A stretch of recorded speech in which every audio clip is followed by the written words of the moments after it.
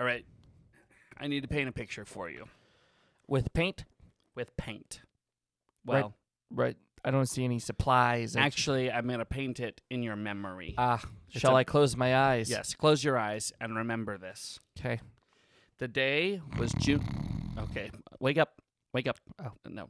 Don't, just maybe you should keep your eyes open. Just put it in your mind's eye. Almost 39. I fall asleep when I sit still and close my eyes. You know what? We're going to talk about that in a few minutes. Really? Yeah, we're going to talk about sleep etiquette. But before we get there, we need to finish this intro. Well, people of the podcast world know that excitement is coming. Yes, it is right around the end of, it's right after the introduction song. Just around the river bend. We are going to talk about some things. We're going to get in some stuff today, guys. We're digging.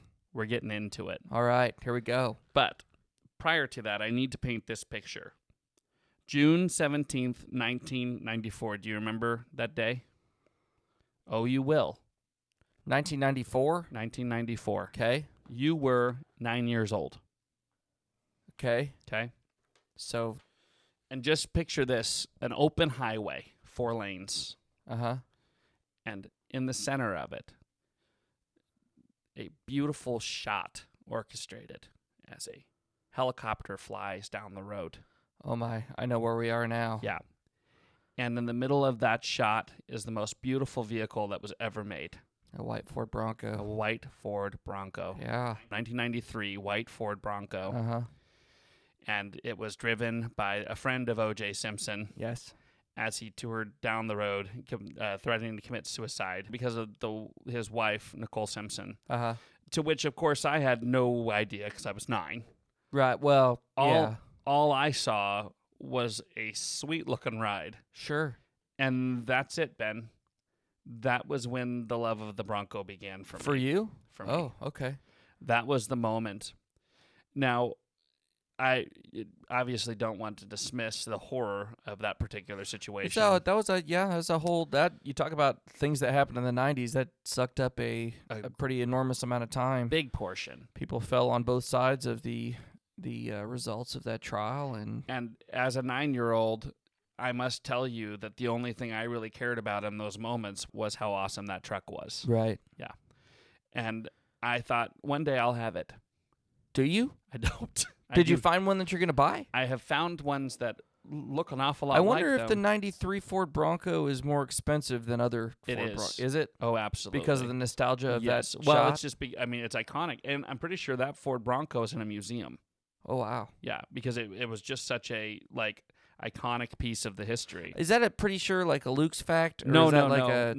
When I was looking up the information on it earlier as we were getting through, and let me see if I can pull it up real quick. Well, I go back a little further for, I love Ford Broncos too. I'm not really a huge fan of the current style. Nor am I. I think that they're okay, especially the 2-door ones. Especially with a little bit of work done after they're purchased, and they got to have a hard top that's removable, obviously. Yeah. But, 69, 70, 71, 72, I think those are pretty sick, especially retrofitted kind of the way that they are today. Now, my love started with Uncle Oz. Yes. It's Uncle Oz drove a Bronco. And he did, yes. Yeah. And I remember riding around the back of that thing, too, with all of his... Do you remember the window in the back rolled down? Yeah. Yeah. Yeah. I remember hanging out that window. Yeah. I remember climbing all through that car. But, yes, so OJ's Ford Bronco is at the Alcatraz East Crime Museum in Pigeon Forge, Tennessee. So there you have it. Well, if you want to buy that one, good luck, because it doesn't look like it's available. Hard to find out there. It's owned by the public. That way, though, if you want to see it, you can go to Pigeon Forge and sure, check that out. Bronco purchase. I mean, that going to happen for you, or we're going to have to do a lot better than a failing podcast. Oh, dang it.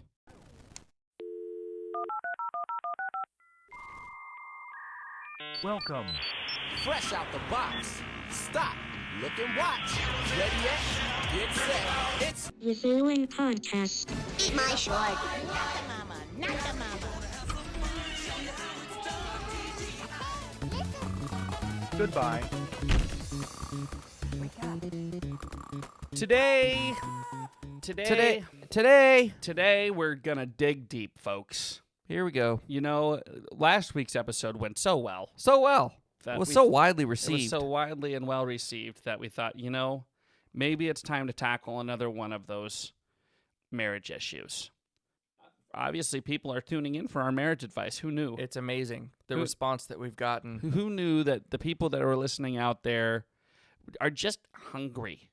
They are. They're hungry. They said, and I quote, Ben and Luke, my stomach's growling for some more content about marriage strife. And they thought, of all the people to go to when you're hungry, Ben and Luke, they obviously know how to eat. That really hurt my It's a little bit feelings. hurtful. Why I they had to say it that I way? don't I don't know. You know, it hurt my feelings too. But you know, I thought we're going to take the compliment where it is. Sure. And thank you for saying. Thanks for reaching out. Thanks for letting thanks us know. Thanks for the QN. We appreciate that. That little tidbit Here we are. makes us feel better. So today, Today. Yes. Let's talk a little bit about etiquette. You know, to be a man is an amazing thing. I mean, you're born, you get to grow up, you get to... Yeah, I think women get to grow up too, though. Yeah, but, you know, men get to take care of their lady. Oh, I see. That's what I was going to go... And also pee outside yes. if they want to without any problems Absolutely. or They're- any cleanup. And take their shirt off outside. If you want to. Now, that said, all of these things women could do as well, but It's definitely harder to do that as a woman. I moving on. Wouldn't suggest it. Moving on. My point being, you know, a man gets to take care of his woman. That's a great job. Sure. Yeah. So part of taking care of your woman Uh-huh. is understanding the needs of your woman when it comes to bedtime etiquette. Okay. Right. There's etiquette in all things. There's eating etiquette. There's bedtime etiquette. Right. There's- Those two things. Yeah. There's eating. There's riding You want a to be car. polite. You want well. You We're just talking about politeness. yes. We're talking about caring for now, your to significant be other. clear, we're not talking about bedroom etiquette. We're talking about bedtime etiquette. Right. The things you do before you go to bed to make sure that your spouse is taken care of. Just wanted to make sure that everybody out in the QN land knew that we weren't about to go PG-13. No, we are staying PG, unless you count Ben's comment about being outside using the bathroom as PG-13. I tend to be a faller asleeper.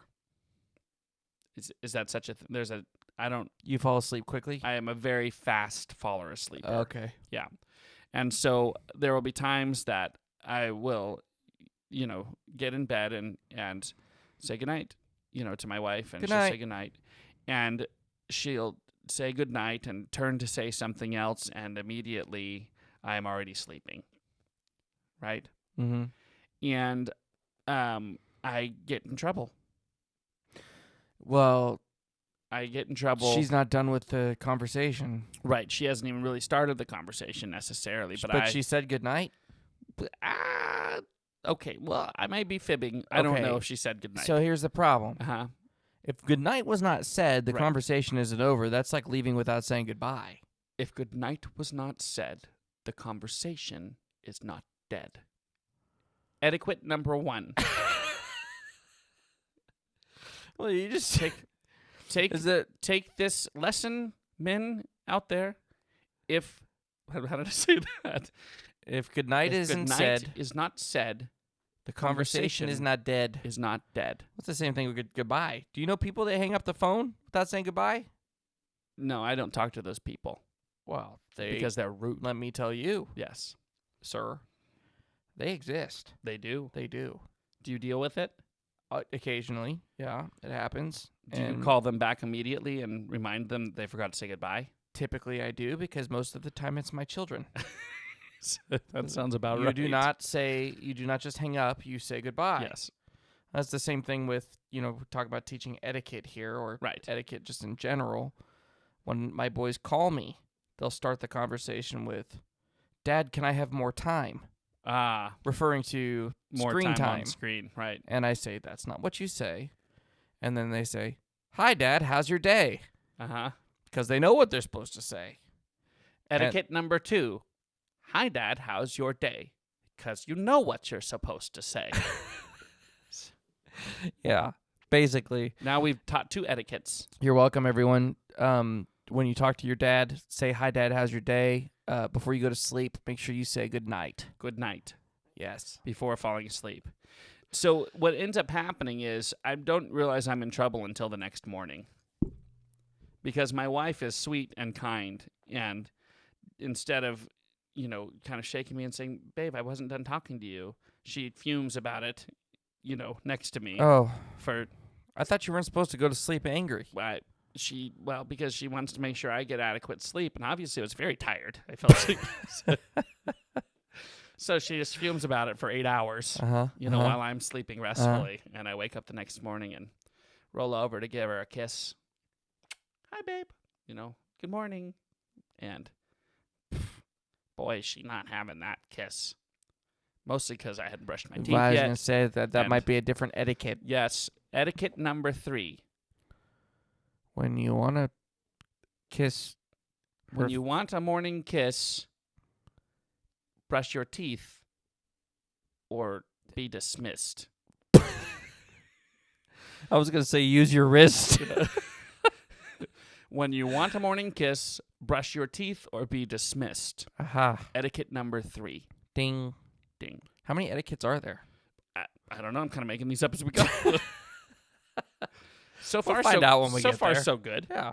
So, but that wasn't the only problem. No.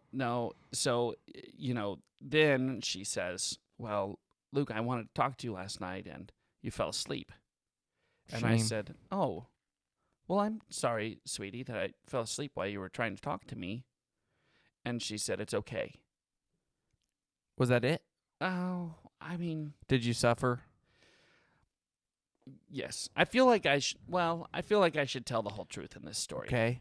So let's go back to the very beginning. Oh, my. Why didn't you just tell the truth from the beginning? Well, because I just didn't feel like I could readily confess this in front of you our should be whole able... podcast Listen. audience. Nobody out there in the land of podcast is judging you. You know that? Etiquette number 4. All those in the land hear you and understand.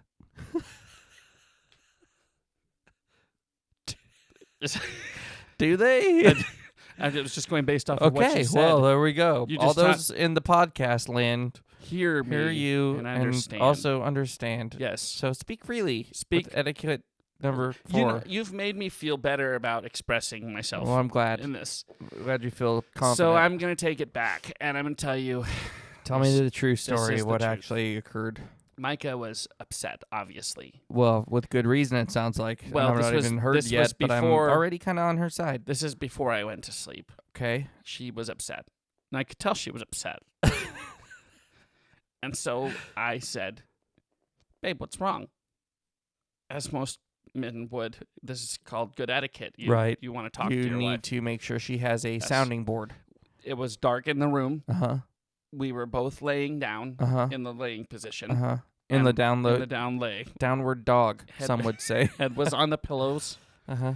And she said, "I don't want to talk about it."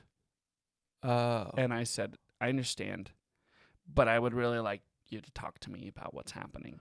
Oh my. And she said, "Babe, I really don't want to talk about it tonight. Here we Can go, it- folks. Can it wait?" Here it comes. And I said, "Sweetie, I just think that it would be better if we got it all out now There it is. before we go to sleep." And it's happening. And she We are rolling right along here. started to cry. Oh my. And she, silent, because she just kind of silent tears. Sure. She was welled up and she was ready. She needed to unload those And problems that she had. started to express to me what was going on. Uh-huh. And I started snoring.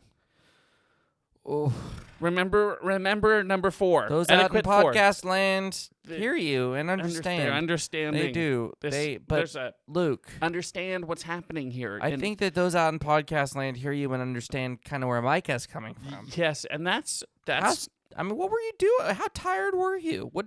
I know that it was a very involved day. I just don't really recall what all happened in it. See? And you're making me feel like she probably did. See? So it's bad. Yeah. It was- I'm pretty tired too. Yeah. I've been sitting here in this chair. It's really warm in this room. I just ate lunch. And you're still listening and to I'm me listening to your story. tell this story. I don't know what we were involved in. I know how easy it is to fall asleep. Mm-hmm. And that tends to be my problem.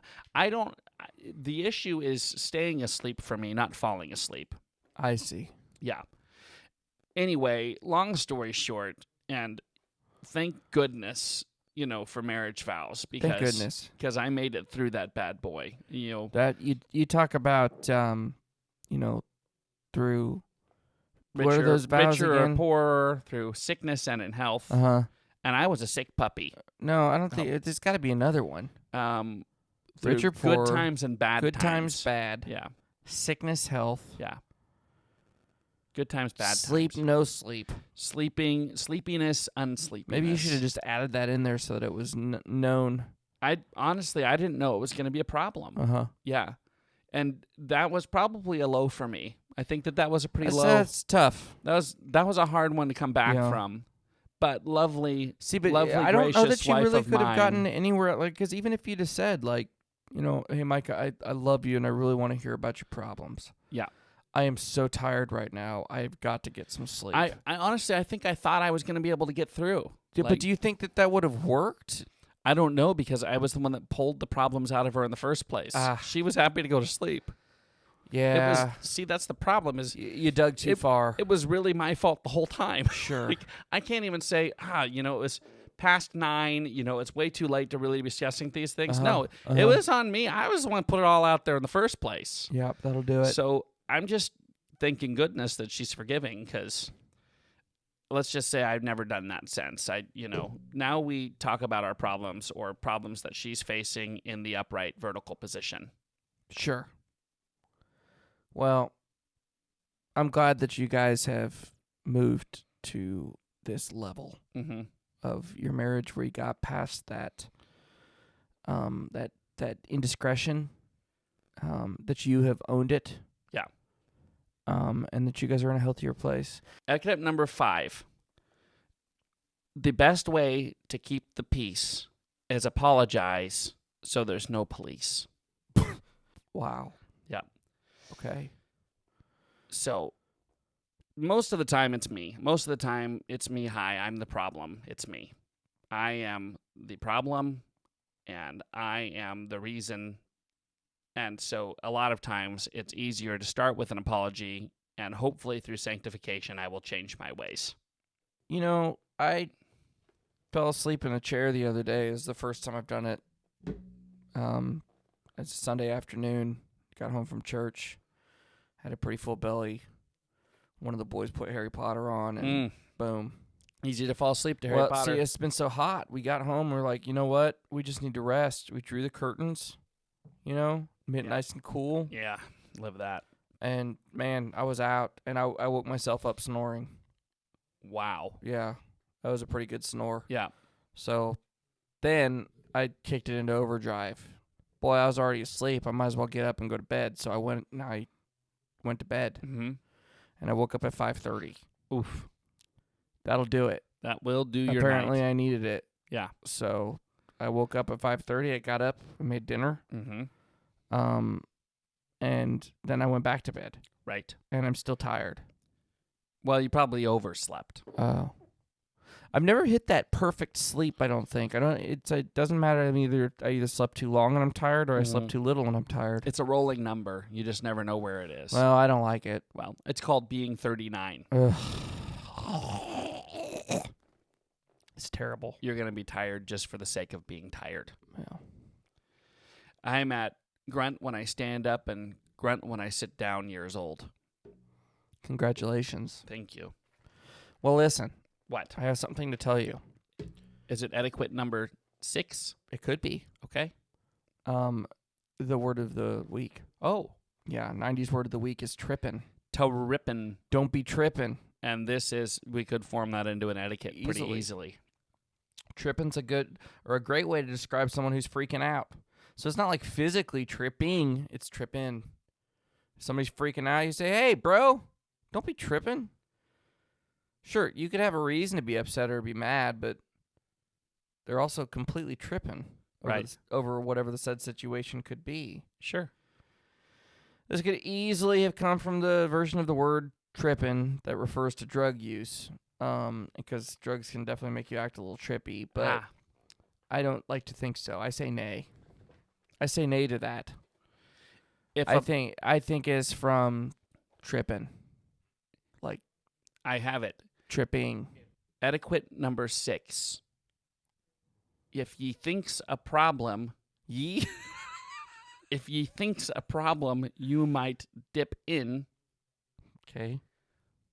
Wait till morning, elst you're trippin'. Oh. Elst. Elst. The following podcast Eat my short. Not the mama, not the mama. Goodbye. Wake up.